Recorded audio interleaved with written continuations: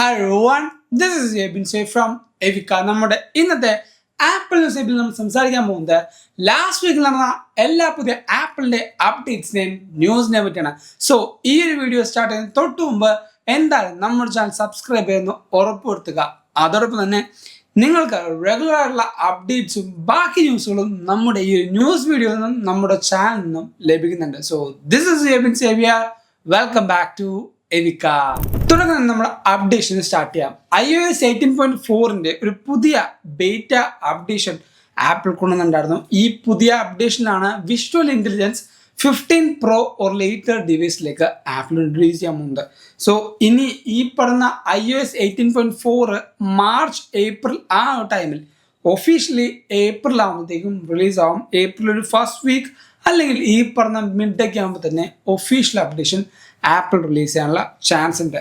And ഈ പറയുന്ന apple കുറച്ചധികം പുതിയ പ്രോഡക്റ്റുകളും മാർക്കറ്റിലേക്ക് ലോഞ്ച് ചെയ്യുന്നുണ്ട്. ഏറ്റവും തുടക്കം തന്നെ നമ്മുടെ ഐപാഡ് നോക്കുകയാണെങ്കിൽ ഐപാഡ് 2 വേരിയൻ്റാണ് ആപ്പിൾ റിലീസ് ചെയ്യുന്നത്. ഒരു ഐപാഡ് എയർ M4 വെച്ച് ആപ്പിൾ റിലീസ് ചെയ്യുന്നുണ്ട്. അതോടൊപ്പം തന്നെ ഐപാഡ് ഒരു A16 ചിപ്പ് വെച്ചും ഐപാഡ് ഒരു ബേസ് വേരിയന്റ് ഐപാഡും റിലീസ് ചെയ്യുന്നുണ്ട്. പക്ഷേ ഇപ്പോൾ ആപ്പിൾ എല്ലാം ആപ്പിൾ ഇന്റലിജൻസിലേക്ക് പുഷ് ചെയ്യുമെങ്കിലും ഈ പറഞ്ഞ ഐപാഡ് ഇപ്പോഴും ആപ്പിൾ ഇന്റലിജൻസ് ലഭിക്കുന്നില്ല. ആപ്പിൾ ഇന്റലിജൻസിനെ പറ്റി പറയുമ്പോൾ നല്ല രീതിക്കുള്ള തൊല്ലിയാണ് ഇപ്പോൾ ഈ പറയുന്ന ആപ്പിൾ ഇന്റലിജൻസ് കൊണ്ടുവന്നുകൊണ്ടിരിക്കുന്നത്. കുറേയധികം കോണ്ടെക്സ്റ്റുകളും കുറേയധികം കാര്യങ്ങളും ഇൻട്രൊഡ്യൂസ് ചെയ്യുകയും അത് തരും ഇത് തരും എന്നൊക്കെ ചക്ക മാങ്ങ തേങ്ങ യാതൊന്നും ഇപ്പോഴും ആപ്പിൾ കൊണ്ടുവന്നിട്ടില്ല. എസ്പെഷ്യലി ഈ പറഞ്ഞ സ്പെഷ്യലി ഇൻ്റഗ്രേറ്റഡ് ആയിട്ടുള്ള സിറി പേഴ്സണൽ കോണ്ടാക്ട് ചെയ്യുന്ന കുറേയധികം ഓപ്ഷൻസ് ഒന്നും ആപ്പിൾ കൊണ്ടുവന്നിട്ടില്ല. iOS 19 ആ ഒരു ഓപ്ഷൻ ഡിലേ ആകും. അതും iOS 19 റിലീസ് ചെയ്യുമ്പോൾ കിട്ടില്ല. ഒരു സമ്മർ അല്ലെങ്കിൽ സ്പ്രിംഗ് ഓഫ് iOS 19 വരെയും ഡിലേ ആവാനുള്ള ചാൻസ് എന്നാണ് നമുക്ക് റിപ്പോർട്ട്. സോ ഈ പറഞ്ഞ A16 വെച്ചുകൊണ്ട് ഒരു ഐപാഡും ഒരു ബേസ് എൻട്രി ലെവൽ ഐപാഡും ആപ്പിൾ ഇൻട്രൊഡ്യൂസ് ചെയ്യുന്നുണ്ട്. ആൻഡ് കുറച്ചധികം പുതിയ മാക്കുകളിലെ കുറച്ചധികം പ്രോഡക്റ്റുകളും ആപ്പിൾ റിലീസ് ചെയ്യുന്നുണ്ട്. M4 MacBook Airന്റെ 2 variant apple release ചെയ്യുന്നുണ്ട്. ഒരു 13 ഇഞ്ചും ഒരു 15 ഇഞ്ചും. ഇതിൽ ഒരു ലൈറ്റ് ബ്ലൂ അല്ലെങ്കിൽ സ്കൈ ബ്ലൂ കളർ ഈ പറയുന്ന മാക്ബുക്ക് കുറേയധികം ആൾക്കാരെ അട്രാക്ട് ചെയ്തിട്ടുണ്ട്. അതോടൊപ്പം തന്നെ ഒരു പുതിയ കളർ വേരിയന്റും ഈ പറഞ്ഞ മാക്ബുക്ക് ലൈനപ്പിൽ കാണാൻ പറ്റും. ആൻഡ് മാക് സ്റ്റുഡിയോയിൽ ഒരു പുതിയ അല്ലെങ്കിൽ കുറച്ചധികം പവർഫുൾ ആയ 2 ചിപ്സെറ്റും ആപ്പിൾ റിലീസ് ചെയ്യുന്നുണ്ട്. ഒന്ന് M4 Maxും 2 M3 Ultra'യും. ഈ പറഞ്ഞ 2 ചിപ്സെറ്റും ആപ്പിൾ ഒഫീഷ്യലി റിലീസ് ചെയ്യുന്നുണ്ട്. ഈ പറഞ്ഞ പ്രൊഡക്റ്റുകളുടെ കൂടെ തന്നെ കുറച്ചധികം ആപ്പിൾ വാച്ചുകളുടെ ബാൻഡുകളും കുറച്ചധികം iPhone 16 സീരീസിലുള്ള കേസുകളും മൾട്ടിപ്പിൾ കളേഴ്സ് അല്ലെങ്കിൽ സ്പ്രിംഗ് കളേഴ്സും ആപ്പിൾ റിലീസ് ചെയ്യുന്നുണ്ട്. ഈ പ്രൊഡക്റ്റുകളൊന്നും നമുക്ക് ഈ പറയുന്ന ഇവൻറ്റുകളോ ബാക്കിയൊന്നുമായിട്ടല്ല ആപ്പിൾ റിലീസ് ചെയ്തത്. ജസ്റ്റ് ഈ പറഞ്ഞ പ്രസ് റിലീസ് അല്ലെങ്കിൽ അവരുടെ വെബ്സൈറ്റിൽ മാത്രമാണ് അപ്ഡേറ്റ് ചെയ്തത്. സോ ഈ പറഞ്ഞ പ്രോഡക്റ്റുകൾ റിലീസ് ചെയ്താൽ തന്നെ വെബ്സൈറ്റിൽ അല്ലെങ്കിൽ ആപ്പിളിനെ റെഗുലറായിട്ട് ഫോളോ ചെയ്യാത്ത ആൾക്കാർക്ക് മിസ്സായിട്ടുണ്ടാവും. അങ്ങനത്തെ ഉള്ള ആൾക്ക് പേടിക്കേണ്ട. നമ്മുടെ ഇൻസ്റ്റാഗ്രാം പേജ് ജസ്റ്റ് ഒന്ന് ഫോളോ ചെയ്താൽ മതി. റെഗുലർ ആയിട്ടുള്ള ആപ്പിൾ അപ്ഡേറ്റ്സ് എല്ലാം നമ്മുടെ ഇൻസ്റ്റാഗ്രാമിൽ ഞാൻ കൊടുക്കുന്നുണ്ട്. സോ നിങ്ങൾക്ക് അപ് ടു ഡേറ്റ് ആയിട്ട് ഇൻസ്റ്റാഗ്രാം വഴി എല്ലാ കാര്യങ്ങളും അറിയാൻ പറ്റും. അതോടൊപ്പം മിഞ്ചിക്കോന്റെ ഒരു റിപ്പോർട്ട് അനുസരിച്ച് 2026 ആപ്പിൾ ആദ്യമായി അവളുടെ ഫോൾഡ് സെഗ്മെന്റ് ഓപ്പൺ ചെയ്യും അല്ലെങ്കിൽ ഫോൾഡ് സെഗ്മെന്റിലേക്ക് ഒന്ന് കൈയെത്തിച്ച് നോക്കും എന്നൊരു റിപ്പോർട്ടുണ്ട്. കുറേ നാളെ നമ്മൾ ഈ ഒരു ലീക്ക് കേൾക്കുന്നു. എന്നാലും മിഞ്ചിക്കോ ഇപ്പോൾ 2026 അത് റിലീസ് ചെയ്യും എന്ന് പറഞ്ഞിരുന്നുണ്ട്.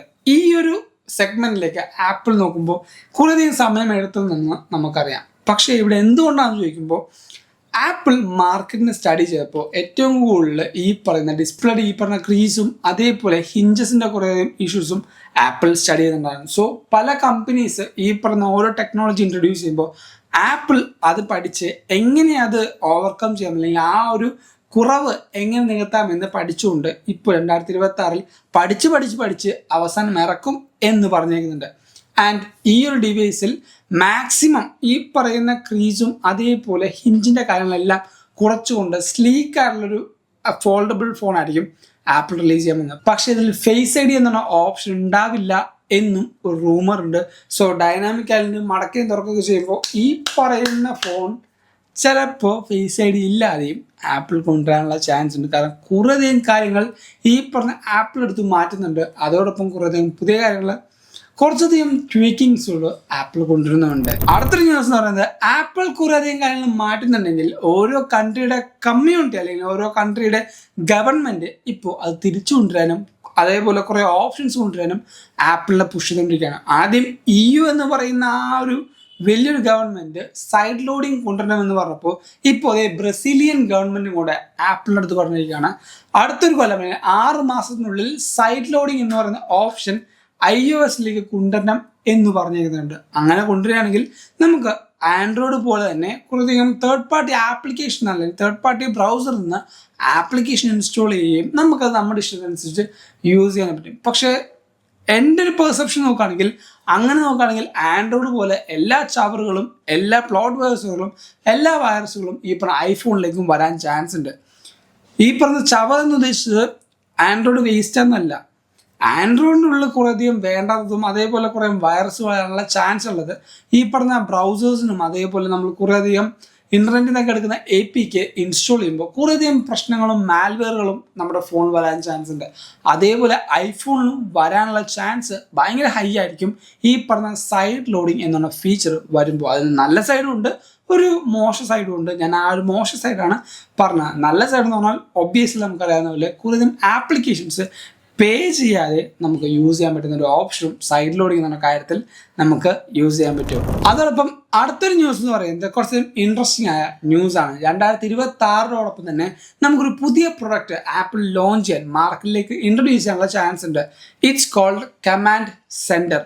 എന്താണെന്ന് ചോദിച്ചാൽ ഈ ഒരു കൊല്ലം അവസാനത്തോടെ ആപ്പിൾ ഇൻട്രൊഡ്യൂസ് ചെയ്യാൻ വെച്ചാൽ ഈ ഒരു കാര്യം അല്ലെങ്കിൽ ഈ ഒരു പ്രൊഡക്റ്റ് ഡിലേ ആകാനുള്ള ഏറ്റവും വലിയ കാര്യം ഞാൻ നേരത്തെ പറഞ്ഞത് iOS 19-ലേക്കായിരിക്കും കുറച്ചും കൂടെ ബെറ്റർ ആയ അല്ലെങ്കിൽ LLM ലാർജ് ലാംഗ്വേജ് മോഡലിലേക്കുള്ള സിറി വരാൻ പോകുന്നത്. കംപ്ലീറ്റ് ഒരു റീവർക്ക് ആയിരിക്കും ഈ പറഞ്ഞ സിറിയിൽ കൊണ്ടുവരാൻ പോകുന്നത്. ആ ഒരു ഫങ്ഷണാലിറ്റി കമാൻഡ് സെൻറ്റർ എന്ന് പറഞ്ഞാൽ ആ ഒരു മെഷീനിൽ കൊണ്ടുവരാനും കുറച്ചും കൂടെ നമ്മുടെ ഈ പറഞ്ഞ ഹോം കിറ്റ് അല്ലെങ്കിൽ ഹോം ആക്സസറീസ് ആയിട്ട് യൂസ് ചെയ്യാനാണ് ഈ ഒരു പ്രൊഡക്റ്റ് ആപ്പ് ഇൻട്രൊഡ്യൂസ് ചെയ്യാൻ പോകുന്നത്.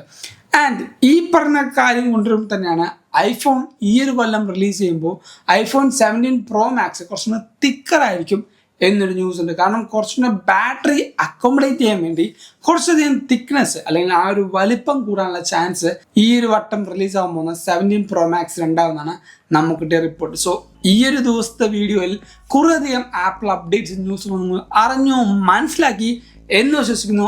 അതുകൊണ്ട് ഈ വീഡിയോ ഇപ്പോൾ തന്നെ ലൈക്ക് ചെയ്യുക, എല്ലാ കൂട്ടുകാർക്കും ഈ ഒരു വീഡിയോ ഷെയർ ചെയ്ത് കൊടുക്കുക. ഇതേപോലെ റെഗുലറായിട്ട് നിങ്ങൾക്ക് ആപ്പിൾ അപ്ഡേറ്റ്സ് അറിയില്ലെങ്കിൽ എന്തായാലും നമ്മുടെ ഈ പറഞ്ഞ ആപ്പിൾ ന്യൂസ് ജസ്റ്റ് ഒന്ന് ഫോളോ ചെയ്താൽ മതി. റെഗുലറായിട്ട് നിങ്ങൾക്ക് ആപ്പിൾ അപ്ഡേറ്റ്സ് എല്ലാം അറിയാൻ പറ്റും. സോ നമ്മുടെ ചാനൽ എന്തായാലും സബ്സ്ക്രൈബ് ചെയ്യുക. ഇൻസ്റ്റാഗ്രാം, ഫേസ്ബുക്ക്, ടെലിഗ്രാം എന്നീ പറഞ്ഞ എല്ലാ സോഷ്യൽ മീഡിയയിൽ കൂടെയും നിങ്ങൾക്ക് നമ്മുടെ ഫോളോ ചെയ്യാം. ലിങ്ക് ഞാൻ നമ്മുടെ ഡിസ്ക്രിപ്ഷൻ ബോക്സിൽ കൊടുത്തേക്കാം. And thank you so much for watching this video. This is Yebin Xavier signing from Evika.